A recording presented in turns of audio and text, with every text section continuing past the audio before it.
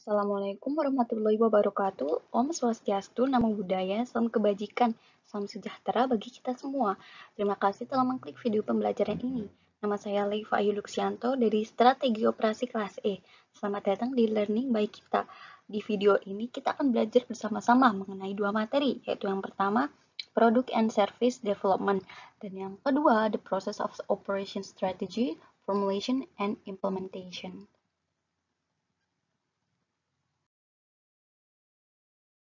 Untuk materi yang pertama, pengembangan produk dan layanan. Apa pentingnya pengembangan produk dan layanan?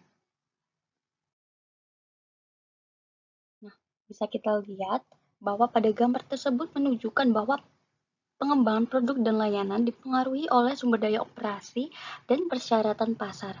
Dari perspektif pasar, persaingan internasional semakin menjadi ketat. Di banyak pasar, terdapat sejumlah pesaing yang berkumpul bersama dalam hal kinerja produk dan layanan mereka. Bahkan keunggulan kecil dalam spesifikasi produk dan layanan dapat berdampak signifikan pada daya saing. Hal ini telah membuat pelanggan menjadi lebih berpikir dalam memilih produk dan seringkali menuntut menginginkan produk dan layanan yang sesuai dengan kebutuhan spesifik mereka.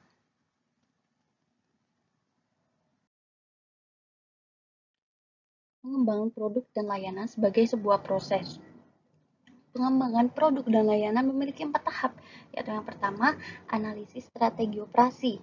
Pengembangan produk dan layanan diperlakukan sebagai strategi operasi karena merupakan bagian penting bagi perusahaan. Dengan mengembangkan produk dan layanan sesuai keinginan pasar, maka perusahaan akan dapat memperoleh keunggulan kompetitif. Yang kedua, tahap pengembangan. Pengembangan produk dan layanan dalam setiap perusahaan memiliki proses yang berbeda-beda. Pada tahap ini, perusahaan akan membuat desain-desain yang sesuai dengan keinginan pasar. Yang ketiga, pengembangan sebagai corong. Artinya, proses pengembangan produk dan layanan digambarkan seperti corong.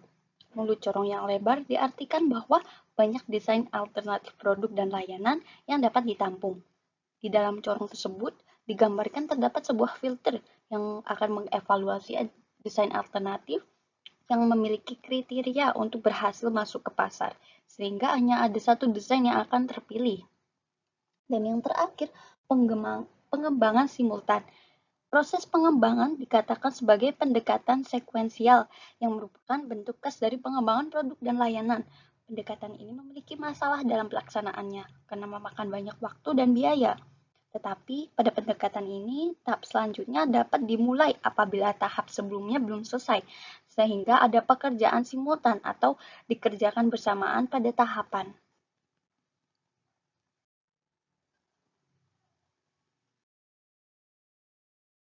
Perspektif persyaratan pasar tentang pengembangan produk dan layanan. Yang pertama, kualitas pengembangan produk dan layanan. Kualitas persyaratan pasar menunjukkan kemampuan output dari proses pengembangan produk atau layanan untuk memenuhi persyaratan posisi pasar yang diinginkan perusahaan. Kualitas sumber daya operasi menunjukkan sejauh mana desain akhir produk atau layanan memungkinkan eksploitasi kemampuan proses perusahaan. Yang kedua, kecepatan pengembangan produk dan layanan. Pengembangan produk dan layanan yang cepat telah menjadi norma di banyak industri karena tekanan persaingan pasar telah memaksa perusahaan untuk menangkap imajinasi pasar dengan sering memperkenalkan produk baru. Yang ketiga, ketergantungan pengembangan produk dan layanan. Proses pengembangan produk dan layanan yang cepat tidak dapat diandalkan untuk menghasilkan inovasi yang tepat. Inovasi yang tidak berhasil harus dimodifikasi.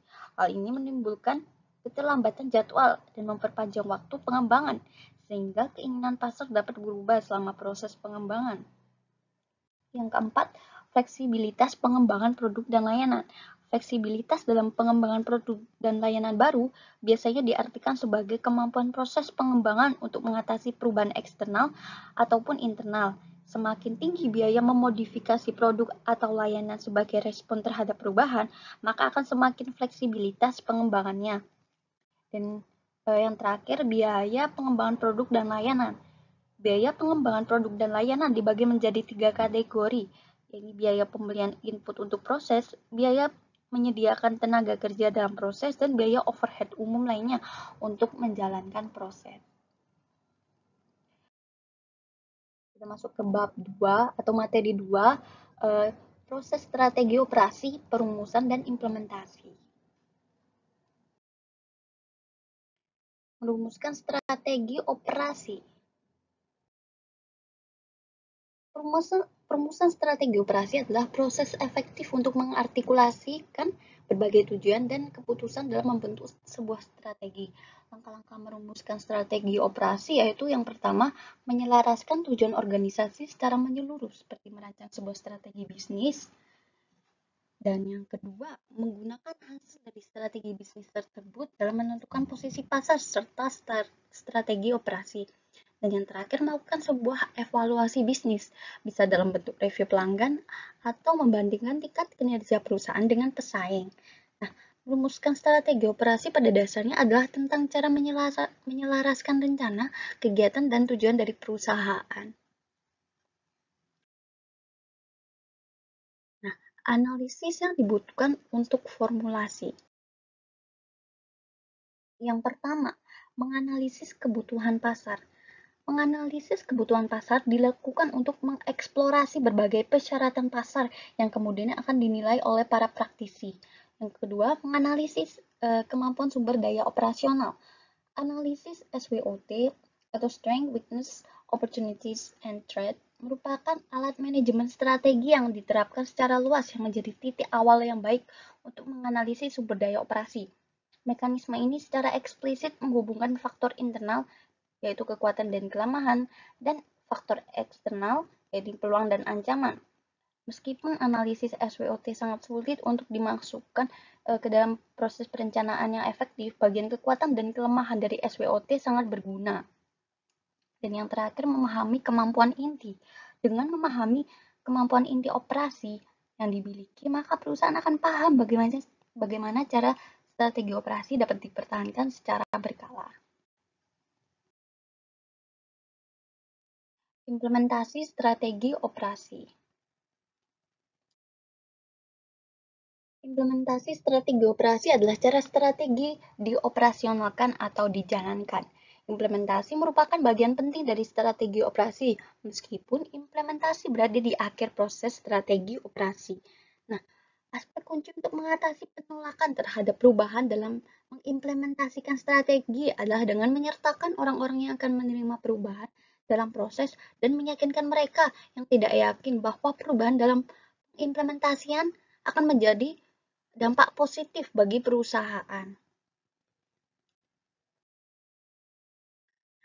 Di sini ada study case yaitu 7-Eleven in Indonesia yang berada di Indonesia. 7-Eleven adalah jaringan toko kelontong atau convenience store yang menjual berbagai jenis produk umum seperti makanan, minuman, dan lain-lain. Toko retail yang buka 24 jam ini berasal dari Amerika Serikat. Sejak tahun 2005, kepemilikannya dipegang oleh 7&I Holding Corporation, sebuah perusahaan Jepang.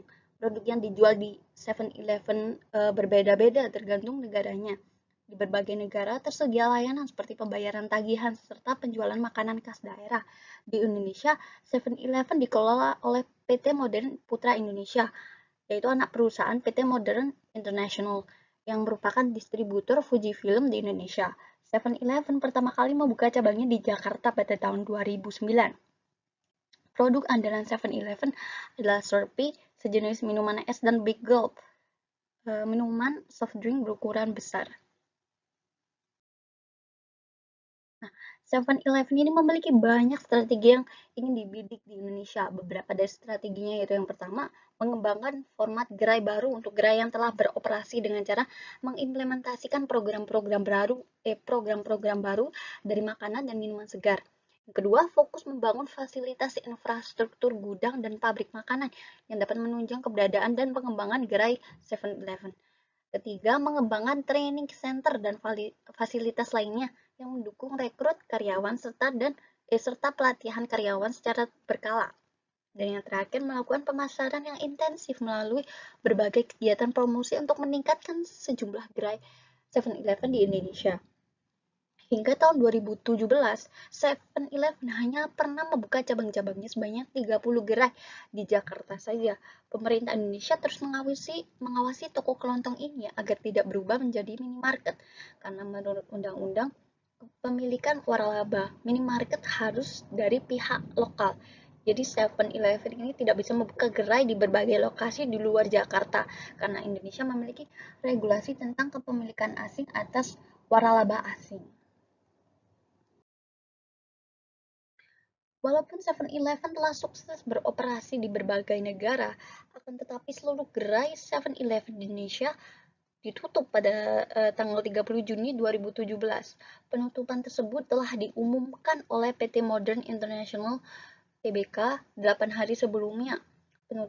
Penutupan tersebut disebabkan karena pembatalan akuisisi yang dilakukan oleh PT Karawan Pepén Resto Indonesia, di mana PT Karawan Pepén Indonesia Tbk mengakuisisi kepemilikan 7-Eleven dari PT Modern Travel Indonesia melalui persetujuan pengambil alihan kegiatan usaha dan aset-aset senilai 1 triliun. Namun, transaksi tersebut batal karena tidak tercapai kesepakatan atas pihak-pihak yang berkepentingan. Beberapa spekulasi pun muncul mengenai penyebab gagalnya 7-Eleven di Indonesia, mulai dari faktor internal manajemen 7-Eleven Indonesia sendiri, seperti perumusan model bisnis yang tidak pas akibat kegagalan memposisikan produknya di pasar, hingga ke faktor eksternal, seperti aturan usaha yang dipandang tidak mendukung keberadaan gerai dari 7-Eleven di Indonesia. Nah, 7-Eleven Indonesia melakukan terobosan diferensiasi dengan mengubah konsep 7-Eleven dari yang sebelumnya dikenal sebagai minimarket menjadi tempat nongkrong remaja. Konsep ini terbukti sukses diterapkan 7-Eleven Indonesia. Nongkrong di 7-Eleven menjadi salah satu budaya pop modern remaja Jakarta. Ekspansi yang masif dilakukan pihak manajemen hingga pesaing dari 7-Eleven Indonesia pun tergelitik untuk mau tidak mau harus meniru strategi yang sama. Namun, manajemen 7-Eleven Indonesia melupakan konsep bahwa terobosan diferensiasi hanya tepat dilakukan apabila perusahaan mentargetkan segmen pasar tertentu, yaitu segmen pasar yang bersedia membayar lebih dengan imbal balik nilai tambah dari sebuah produk. Jika perusahaan menerapkan strategi diferensiasi, namun target pasar yang dituju adalah pangsa pasar massal, yang terjadi adalah biaya operasional akan menjadi tinggi, dan yang jika tidak diantisipasi dengan strategi yang benar akan menjadikan beban bagi perusahaan. Selain itu, penyebab kegagalan lain dari 7-Eleven Indonesia yaitu manajemen tidak memperhatikan kondisi kultur suatu negara, dapat dibuktikan dengan pelarangan penjualan minuman beralkohol di Indonesia. Regulasi tersebut berlaku pada tahun 2015 dan ditujukan khusus untuk bisnis minimarket, termasuk 7-Eleven. Regulasi tersebut membuat penjualan 7-Eleven menurun pada tahun itu. Selain itu, karena terlalu agresif membuka cabang di awal, hal tersebut membuat beban biaya operasi membengkak di laporan keuangan 7-Eleven. Karena selain mengeluarkan biaya untuk tanah, 7-Eleven juga menggelontorkan biaya untuk renovasi secara besar-besaran. Hal ini didasarkan karena mengikuti standar dari 7-Eleven Inc. Selain itu, faktor-faktor lain yang menyebabkan kegagalan 7-Eleven beroperasi di Indonesia antara lain yang pertama dugaan yang dialami dari PT Modern Travel Indonesia seperti persoalan manajemen dan para pemegang saham keluarga. Dugaan tersebut didasarkan pada pantauan penjualan bersih 7-Eleven yang menurun pada tahun 2015. Pada tahun tersebut, total penjualan bersih 7-Eleven adalah 886,84 miliar rupiah. Penjualan bersih tersebut menunjukkan penurunan sebesar 8,7%. Yang kedua, munculnya gerai-gerai waralaba yang sesuai dengan yang serupa dengan 7-Eleven. Tidak hanya perusahaan retail seperti Indomaret dan Alfamart, perusahaan-perusahaan retail yang asing berkonsep waralaba juga muncul di Indonesia sebagai kompetitor dari 7-Eleven. Karena kompetitor 7-Eleven bermunculan pada masa pengembangan 7-Eleven, iklim persaingan usaha retail di Indonesia menjadi sangat kompetitif sehingga 7-Eleven menutup seluruh gerainya pada Juni 2017. Yang ketiga, model bisnis yang tidak jelas. Pengusaha dan pelatih eksekutif Budi Satria Isman menilai bahwa 7-Eleven tidak tegas dalam menentukan model bisnisnya, yaitu antara kafe atau convenience store. Beliau menilai bahwa inovasi yang dicoba dilakukan oleh 7-Eleven di Indonesia yaitu menerapkan model bisnis food store destination yang menyebabkan biaya pergerai mahal. Nah, di sini ada solusi yang saya usulkan yaitu terkait dengan keputusan 7-Eleven apabila ingin membuka usaha kembali di Indonesia dengan tetap memperhatikan makro environment yaitu seperti demografi, ekonomi, lingkungan alam, sosial politik, hukum, dan kebudayaan, dan micro environment seperti pemasok, distributor, pesaing, dan konsumen yang ada. Yang pertama, pemahaman regulasi dan peraturan. Sebelum membuka gerai di Indonesia, ada hal yang pertama yang perlu diketahui mengenai regulasi dan peraturan yang berlaku. Karena dengan memahami regulasi yang ada, maka bisa menghindarkan menjual barang yang tidak sah secara hukum. Contohnya tentang regulasi larangan penjualan minuman beralkohol. Yang kedua, strategi produk. Hindari stuck in the middle atau ketidakjelasan produk.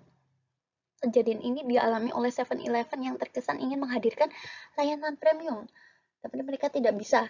Dianggap sebagai minimarket juga tidak bisa. Maka tentukan dahulu konsep usaha yang dibuka, mengingat bisnis retail di Indonesia sangat berkembang dan banyak pesaingnya. Lalu konsumen. Karena rata-rata konsumen Indonesia lebih banyak menghabiskan waktu untuk menggunakan fasilitas yang ada daripada menghabiskan banyak uang terhadap produk yang dijual, maka perlu diperhatikanlah budaya ini. Perusahaan bisa berfokus untuk menjual barang dengan menyediakan fasilitas untuk berbincang lebih sempit. Ini juga nantinya dapat menekankan cost dari perusahaan. Kemudian persaingan, faktor dari lingkungan pemasaran yang paling mengancam 7-Eleven di Indonesia adalah pesaing. Karena sudah banyak perusahaan retail yang terkenal dan sangat disukai konsumen di Indonesia, 7-Eleven harus benar-benar memikirkan strategi pemasaran yang tepat agar bisa bersaing di Indonesia. Solusi yang saya usulkan terkait dengan pesaing adalah memberikan nilai lebih kepada konsumen seperti menawarkan produk yang eksklusif, seperti produk andalannya yaitu Slurpee, Bigo, dan lain-lain. Memberikan fasilitas yang belum dimiliki perusahaan retail lainnya, seperti fasilitas printing, atau memberikan harga yang dapat menyaingi tawaran dari pesaing. Kemudian ada penerapan strategi cost sharing, yaitu manajemen 7-Eleven Indonesia sebenarnya dapat mengatasi hal ini dengan menerapkan strategi cost sharing dengan konsumennya. Mereka dapat mengenakan biaya untuk setiap fasilitas yang dinikmati konsumen, misalnya dengan menjual token WiFi bagi konsumen yang hendak menikmati menongkrong di 7-Eleven dengan layanan WiFi atau dengan menjual token listrik bagi konsumen yang hendak menggunakan layanan charger di 7-Eleven. Dengan demikian, lambat laun konsumen 7-Eleven Indonesia akan tersegmentasi dengan sendirinya. Bagi konsumen yang hanya gemar menikmati produk-produk unggulan 7-Eleven, tentu saja mereka akan melakukan pola pembelian take and go. Sementara itu bagi konsumen 7-Eleven yang gemar nongkrong, tentu saja mereka harus dengan sukarela sharing cost dengan 7-Eleven. Ini saya memiliki beberapa quotes atau kutipan yang bisa teman-teman lihat. Sekian dari pembelajarannya. Terima kasih atas perhatian teman-teman. Semoga kita memperoleh ilmu yang bermanfaat dari materi-materi yang telah dijelaskan. Mohon maaf apabila ada salah kata. Wassalamualaikum warahmatullahi wabarakatuh.